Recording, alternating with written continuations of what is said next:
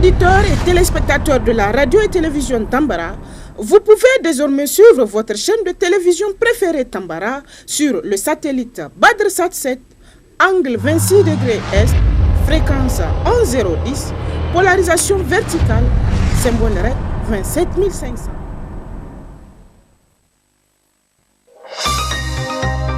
Suivez le journal avec STM Transport Voyageurs, une nouvelle façon de voyager.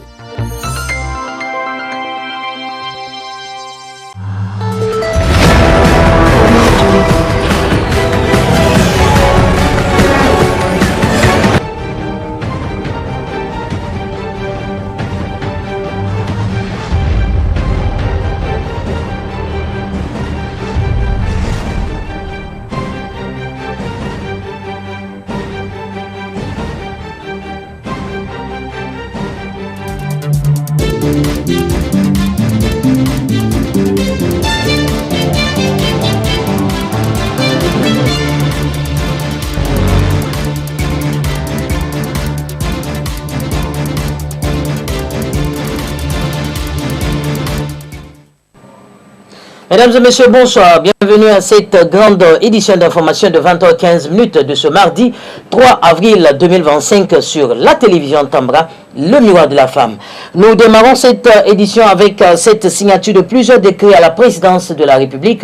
En effet, le président de la République, chef de l'État, le général d'armée Abdraman Chani, a signé plusieurs décrets portant des mesures individuelles que nous vous invitons à suivre dans cette édition. Au titre du ministère des Transports et de l'Équipement, Mme Adjara Toy Kiepin Idrissa, ingénieure d'État en génie civil, matricule 136 272-R, est nommée inspectrice des services au ministère des Transports et de l'Équipement. Monsieur Maman Lawali Isaka Harou, juriste matricule 136 295-Y, est nommé conseiller technique du ministre des Transports et de l'Équipement. Monsieur Boukari Ali, ingénieur de travaux publics et mines, matricule 64 256-R, est nommé directeur général du laboratoire national des travaux publics et du bâtiment. Madame Zakari Halimatou, juriste et spécialiste en relations internationales, matricule 116 835-B, est nommée directrice de la législation. Monsieur Marzou Ibrahim Issa, ingénieur principal des travaux publics et des mines, matricule 136 251-S, est nommé directeur des travaux des routes rurales. Monsieur Yaye Bilan, ingénieur général des travaux publics et des mines, matricule 55 727-Y, est nommé président du conseil d'administration du Centre du perfectionnement des travaux publics. Au titre du ministère des Affaires étrangères, de la coopération et des Nigériens à l'extérieur, Dr Boukar Hassan, enseignant-chercheur juriste, est nommé ambassadeur extraordinaire plénipotentiaire de la République du Niger auprès du Burkina Faso. Monsieur Moumouni Adamou, inspecteur principal du Trésor, est nommé ambassadeur extraordinaire et plénipotentiaire de la République du Niger auprès du Royaume de Belgique. Au titre du ministère de la Jeunesse et de la Culture, des Arts et des Sports, M. Abdraman Gambida, professeur de CEG, matricule 70 136-P, est nommé directeur général du Musée national Bobo Hama. Au titre du ministère des Mines, M. Garba Abdoulaye, économiste, est nommé directeur général de la Société de patrimoine des mines du Niger, fait à Niamey le 2 avril 2025.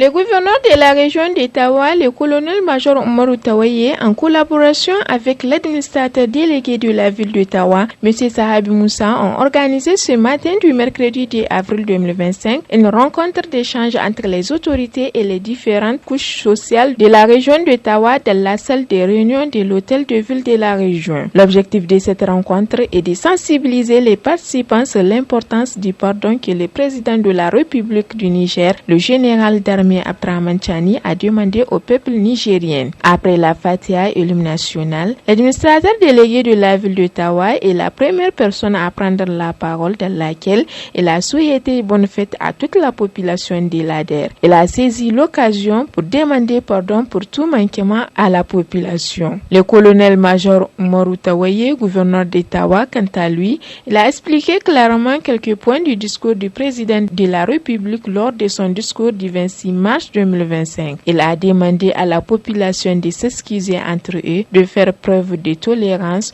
du respect et de la culture sociale pour que notre pays soit en paix. Une population, une société qui vit tous les jours entre nous, on peut toujours se faire des forces, on peut se manquer, on peut dire un certain nombre de choses déplacées à l'égard des uns et des autres, que ce soit les gouvernés, que ce soit les gouvernants, que ce soit les leaders religieux, les leaders d'opinion, chacun a ce qui le concerne vis-à-vis de son prochain peut avoir des écarts de langage et qui, de fois, ça peut entraîner un certain nombre de comportements. Donc, c'est pour dire que le pardon dont on parle ici, c'est quand même entre nous. Parce que lorsque vous vivez et que vous commettez une faute à votre prochain, vous êtes sûr que vous l'avez blessé. Et quand vous blessez quelqu'un, c'est sûr que lui aussi, il a une personnalité, il a un honneur. Et à un certain moment, il va se sentir mal à l'aise. Et certainement, il va réagir. Donc, il y en a eu beaucoup de cas de ce genre. Et ça a entraîné beaucoup de problèmes entre les familles, beaucoup de problèmes entre les communautés et beaucoup de problèmes entre les familles. Donc, c'est de ce pardon qu'il s'agit. Il faut se pardonner. Se pardonner ne veut pas dire qu'il y a un manque de justice. Non. La justice est à sa place, le pardon est à sa place. Il faudrait que les gens comprennent très bien ce que nous sommes en train de dire. Et sans pardon, une société ne peut pas avancer. Un pays ne peut pas avancer si les gens ne se sont pas pardonnés. Il y a eu des actes politiques qui se sont déroulés entre les individus. Nous avons vu là où la politique a divisé deux familles, une famille. Dans une seule famille, vous avez des membres qui sont de plusieurs partis politiques. Et il y a des gens qui ne se parlent même pas. Des frères d'un même père, d'une même mère, à cause de la politique. Parce que vous êtes de l'autre parti, moi je suis de l'autre parti, donc il y a une guerre entre nous. Et cette guerre-là, qu'est-ce que ça vous apporte? Ça ne vous apporte rien. Mais aujourd'hui que le chef suprême est revenu sur ces aspects, compte tenu de tout ce qu'il a connu, compte tenu de son expérience de la vie, compte tenu de tout ce qu'il a vu, nous avons constaté que ces confréries, à tort ou à raison, de fois se font la guerre. Je crois qu'il faut s'accepter. Il faut s'accepter. Lorsque vous vous acceptez, je crois que Dieu même le voit ce que vous êtes en train de faire. Mais il ne sert à rien que vous faites la même religion, vous êtes de la même confrérie et que vous faites la guerre. Donc, il faudrait que les gens sachent que Dieu aussi, les regardant sur tout ce que nous sommes en train de faire, sur tout ce que vous faites en tant que religieux, Dieu est regardant là-dessus. Les ambitions que le président de la République a, vraiment, c'est de faire de ce pays-là un pays uni, une population unie, une population qui se comprenne pour pouvoir avancer et relever les défis qui sont en face de nous. Nous, en ce qui nous concerne, en tant qu'autorité, nous demandons à ce que toute la population de notre région suive cet exemple du président de la République. Il a été le premier à démontrer qu'il était prêt à pardonner aux autres. Et il a libéré tout le monde. Il faut vraiment remercier son excellence du général d'armée, Abdraman Tchani, qui a bien voulu faire ce geste pour ramener la cohésion dans notre société. À ne pas oublier que l'appel du gouverneur a été entendu et cette rencontre a regroupé les leaders religieux, les acteurs de la société civile, les syndicats, les associations de jeunes et de femmes et bien d'autres invités. Place à présent au bulletin des forces de défense et de sécurité du Niger, un contenu qui traite les opérations du 30 mars 2025 au 2 avril 2025 dans la région de Dosso, Maradi, Tillabéri, Zinder et Difa. Suivez plutôt.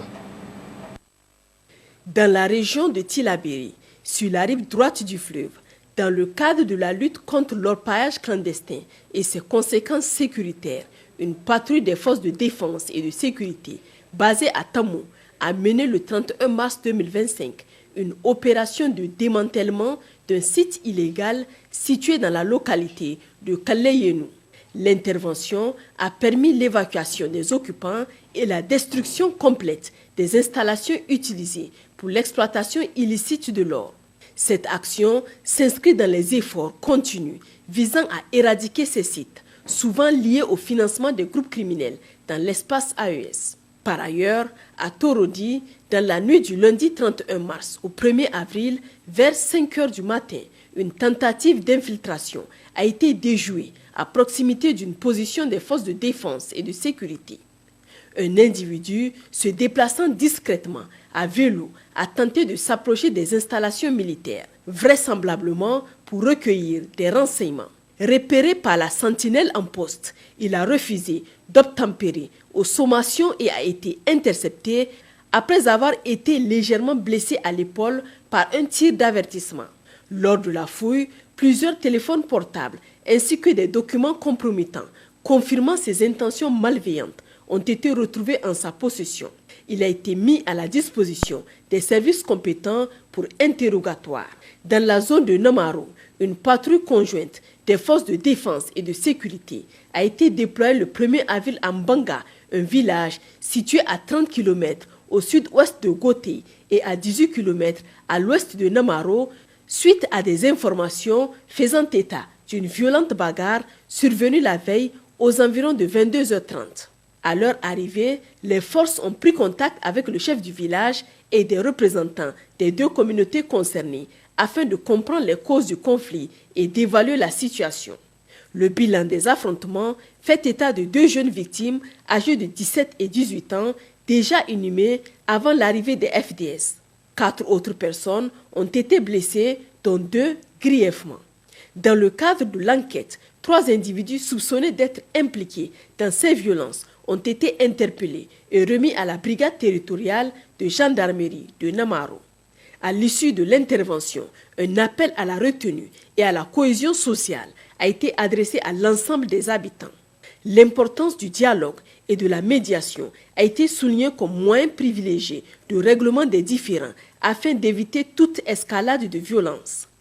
Il a été rappelé que les affrontements ne conduisent qu'à des pertes humaines et à des divisions préjudiciables à l'harmonie communautaire. Dans cet esprit, il a été recommandé de renforcer les liens entre les différentes composantes de la population en favorisant le respect mutuel, la tolérance et l'entraide. Toute situation conflictuelle devait être signalée sans délai aux autorités locales afin de permettre une résolution pacifique et d'éviter des tensions susceptibles de fragiliser la stabilité du village. La nécessité de préserver un climat de paix a été mise en avant comme une responsabilité collective. Dans la même région, sur la rive gauche du fleuve, au sein de l'opération Almahou, une patrouille des forces de sécurité intérieure a découvert dans la nuit du dimanche 29 mars dernier une motocyclette neuve abandonnée aux abords de la ville de Filengue. Bien cachée, elle était probablement destinée à être récupérée plus tard par des groupes criminels. Cette méthode de dissimulation est une tactique bien connue de nos services. En effet, les ravitailleurs des groupes criminels l'utilisent pour contourner la surveillance des forces de défense et éviter toute identification directe. Grâce à leur vigilance, les forces engagées ont intercepté ce matériel avant qu'il ne tombe entre de mauvaises mains, contribuant ainsi à perturber les flux logistiques des groupes hostiles. À l'est de Sanam, le mardi 1er avril 2025, une alerte a été lancée concernant une incursion de bandits armés à moto visant à extorquer les biens des habitants du village de Douna Marqué. En réponse, une mission a été déployée sur place et a suivi les traces des assaillants. Cette intervention a conduit à l'arrestation de 3 individus impliqués dans la collecte des rançons extorquées aux villageois. Ils ont immédiatement été remis à la brigade territoriale d'Abala pour la suite de la procédure judiciaire. Dans le cadre de l'opération Damissa menée dans la région de Dosso, le lundi 31 mars 2025, aux alentours de 11h30, une patrouille mixte départementale de Falmey a intercepté un individu chargé de ravitailler en vivres et en carburant des groupes armés criminels. Cet homme avait été repéré lors de plusieurs opérations de livraison logistique vers des destinations suspectes. Grâce à des dénonciations anonymes et à des enquêtes approfondies, les autorités ont pu démanteler cette chaîne d'approvisionnement. Le suspect a été appréhendé alors qu'il circulait à moto, un moyen qu'il utilisait régulièrement pour ses activités illicites. Il a ensuite été remis aux services compétents afin que les mesures légales appropriées soient prises à son encontre. La veille, dans la même localité, une autre unité des forces de sécurité en patrouille a intercepté un informateur à la solde des groupes armés criminels. Celui-ci rôdait aux abords d'un dispositif FDS afin de collecter des renseignements en prévision d'une possible action malveillante. Dans la région de Maradi, au sein de l'opération Yerda, les forces de sécurité en poste à Sangarewa ont été informées le 1er avril 2025 de la présence de bandits armés embusqués aux abords de Dogon Farou. Ces criminels opéraient des braquages nocturnes en s'attaquant aux voyageurs. Leur dernier forfait remonte au lundi 31 mars aux environs de 5 heures du matin lorsqu'un commerçant empruntant cet itinéraire a été violemment agressé, dépouillé de ses biens et blessé. Dès réception de l'alerte, un détachement a été immédiatement dépêché sur place. Grâce à une opération rapide et efficace, les forces de sécurité ont réussi à localiser, traquer et appréhender les 4 malfaiteurs. La victime, quant à elle, a été évacuée vers un centre de santé pour recevoir les soins nécessaires.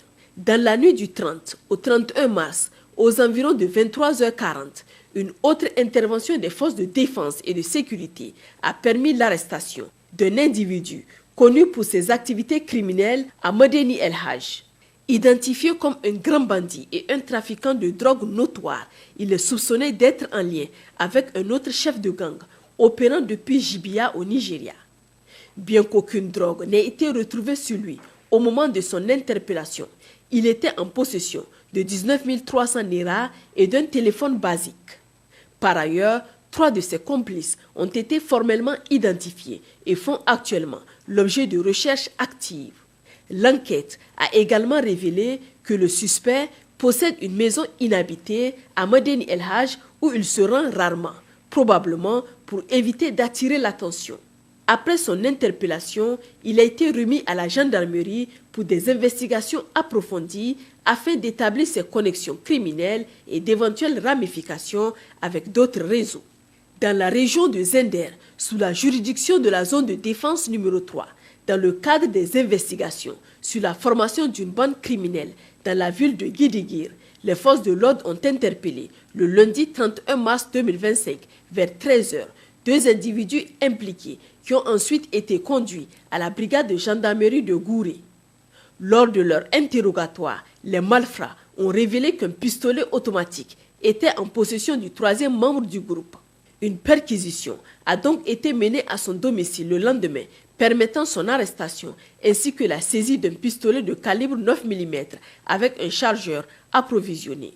À l'est du pays, dans la région de Difa, dans le cadre de l'opération Nalewa Dole, le dimanche 30 mars dernier, les éléments du poste militaire de reconnaissance de Bosso ont arrêté 2 membres actifs de Boko Haram alors qu'ils s'apprêtaient à rejoindre leur groupe criminel après un séjour auprès de leur famille. Parallèlement, un détachement des forces de sécurité a découvert à Toumour un important dépôt logistique ennemi. Le matériel saisi comprenait des vivres, des équipements destinés à la fabrication d'engins explosifs improvisés, ainsi que divers produits dopants utilisés par les criminels pour endoctriner leurs nouvelles recrues et les préparer au combat. En marge des opérations, les forces de défense et de sécurité continuent de renforcer leurs liens avec les populations civiles. Dans ce contexte, des centaines de kits alimentaires ont été distribués aux personnes démunies afin de soutenir leur résilience et de leur permettre de célébrer le dimanche dernier la fête de Ramadan dans de meilleures conditions. Au nord, dans la région d'Agadez, dans la matinée du mardi 1er avril 2025, suite à l'exploitation de renseignements fiables, la patrouille spéciale de la brigade d'intervention et de recherche d'Agadez engagé dans l'opération Tsarankasa phase 2, a intercepté 2 camions transportant du carburant introduit clandestinement depuis l'Algérie. L'intervention s'est déroulée sur l'axe Elmeki-Tablote à environ 120 km d'Agadez. La saisie a permis de récupérer 16 cuves de 1000 litres de gasoil chacune, 5 fûts de 230 litres, soit un total de 17 150 litres de gasoil, ainsi que 5 tuyaux de canalisation. Auparavant, après avoir été informé de la détresse d'une dizaine de personnes dans le désert, un détachement a été envoyé depuis le poste militaire de reconnaissance d'Inabangrit pour mener une opération de sauvetage. À environ 24 km au nord-est de leur position, la patrouille a confirmé les informations reçues et secouru 11 individus qui ont ensuite été évacués vers le poste afin de recevoir une prise en charge. Chers compatriotes, nous vous exhortons à continuer le soutien à nos vaillantes forces de défense et de sécurité en maintenant et renforçant votre mobilisation pour vaincre les ennemis de l'intérieur comme de l'extérieur. À cet effet, nos lignes vertes restent disponibles 24 heures sur 24. Pour les forces armées nigériennes, le 40-40. Pour la gendarmerie nationale, le 40-00. Pour la garde nationale du Niger, le 280. Pour la police nationale, le 83-83. Vive le Niger, libre et souverain. Vive les forces de défense et de sécurité. Vive les citoyens résilients et engagés. Actualité AES à présent, dans une perspective de résoudre les problèmes de l'insécurité dans la sous-région. Les ministres des Affaires étrangères des pays de l'Alliance des États du Sahel sont attendus à Moscou le 3 et 4 avril 2025. Au programme de leur échange figure la question de la coopération sur la sécurité, la défense et le développement économique. Suivez plutôt. Ils sont attendus à Moscou pour évoquer les questions de sécurité dans la sous-région. Les 3 et 4 avril prochains, les ministres des Affaires étrangères des pays membres de l'AES rencontreront en Russie leur homologue Sergueï Lavrov. Au programme de leurs échanges, la question du renforcement de la coopération dans des domaines tels que la sécurité, la défense et le développement économique. Les 3 pays collaborent déjà avec la Russie sur des projets énergétiques et miniers. Ils ont également bénéficié de l'assistance militaire des mercenaires du groupe russe Wagner. Une visite qui intervient après le retrait de l'AES de plusieurs organisations internationales et l'annonce de la création d'une force militaire conjointe composée de 5000 hommes pour lutter contre le terrorisme régional. Ce voyage marque également le premier déplacement officiel des pays membres de l'AES depuis sa création en 2024. La Confédération réunit 3 pays, le Mali, le Niger et le Burkina Faso, tous marqués par des coups d'État entre 2020 et 2023. Actualité au Mali à présent, suite à la perte d'un aéronef en mission ordinaire de surveillance.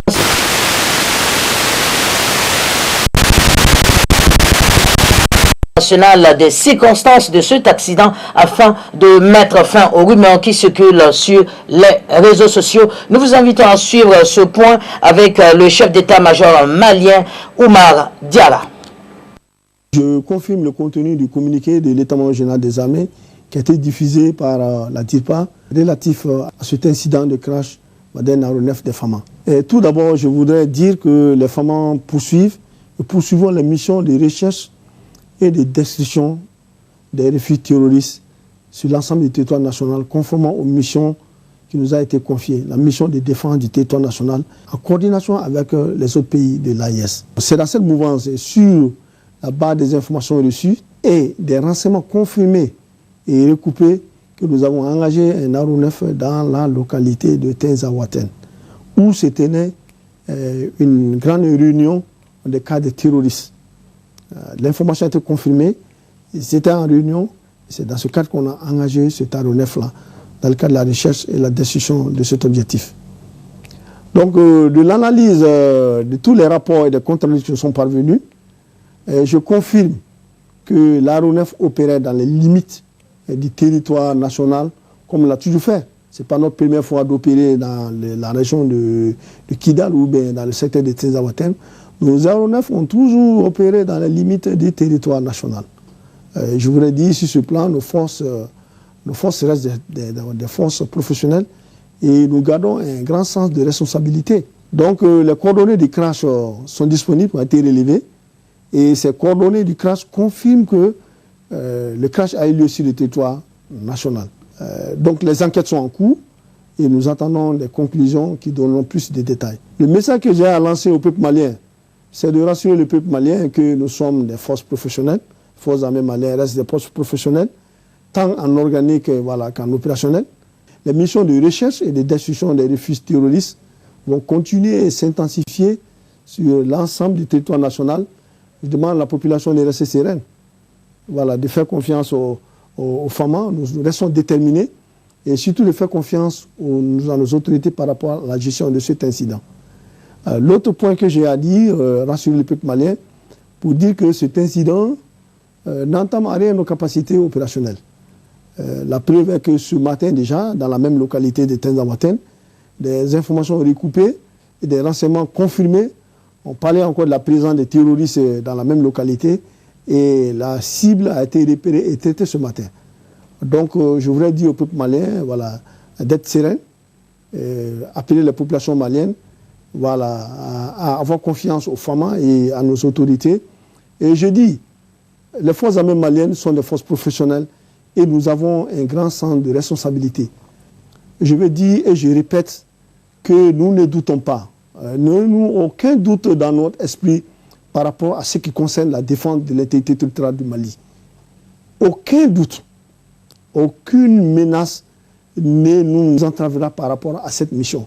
Nous restons déterminés, nous allons défendre notre territoire, nous allons protéger les Maliens jusqu'au sacrifice ultime, comme le serment que nous avons pris.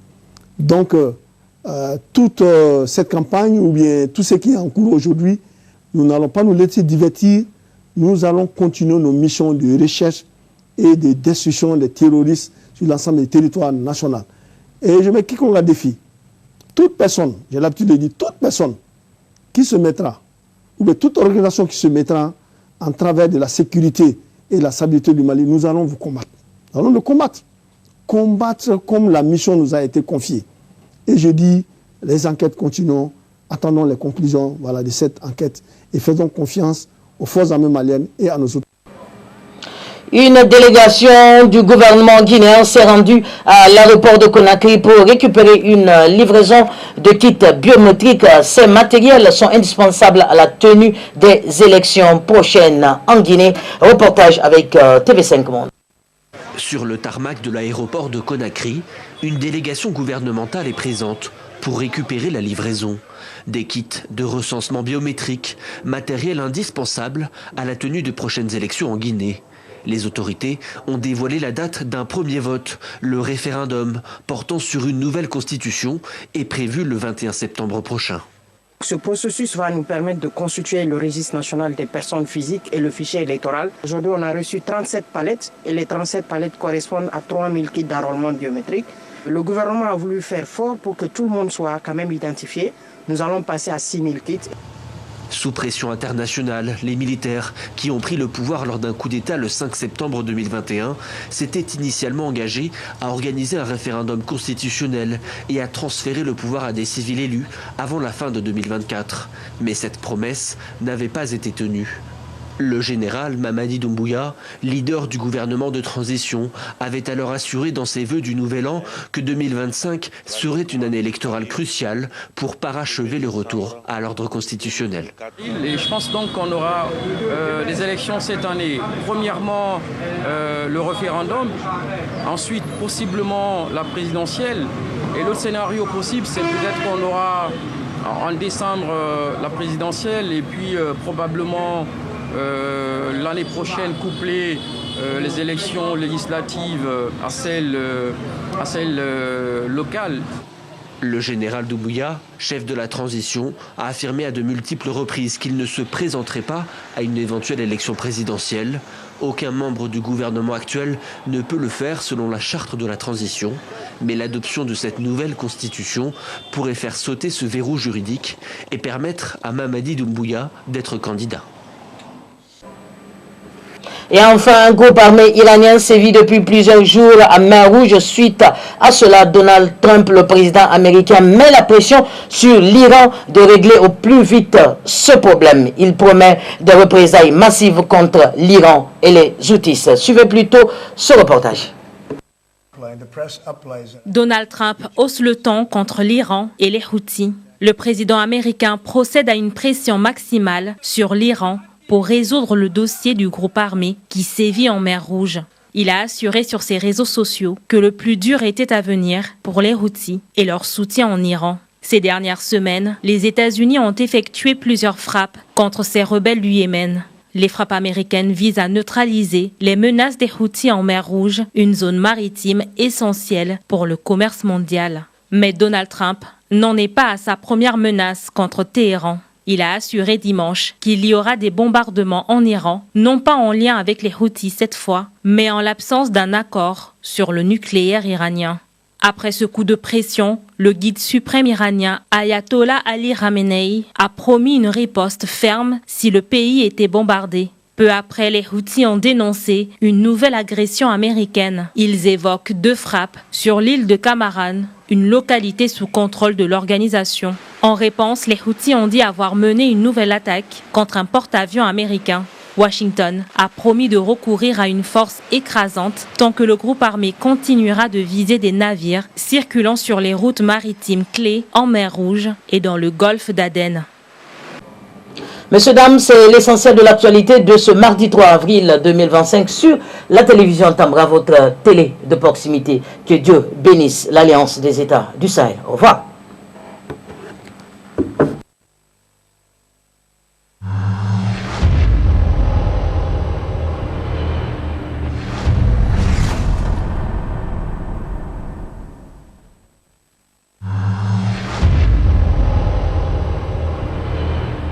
Chers auditeurs et téléspectateurs de la radio et télévision Tambara, vous pouvez désormais suivre votre chaîne de télévision préférée Tambara sur le satellite BadrSat 7, angle 26 degrés Est, fréquence 11010, polarisation verticale, symbole REC 27500.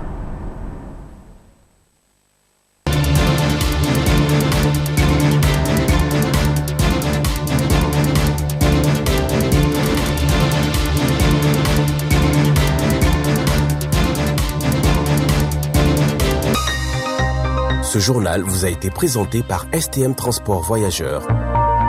Une nouvelle façon de voyager.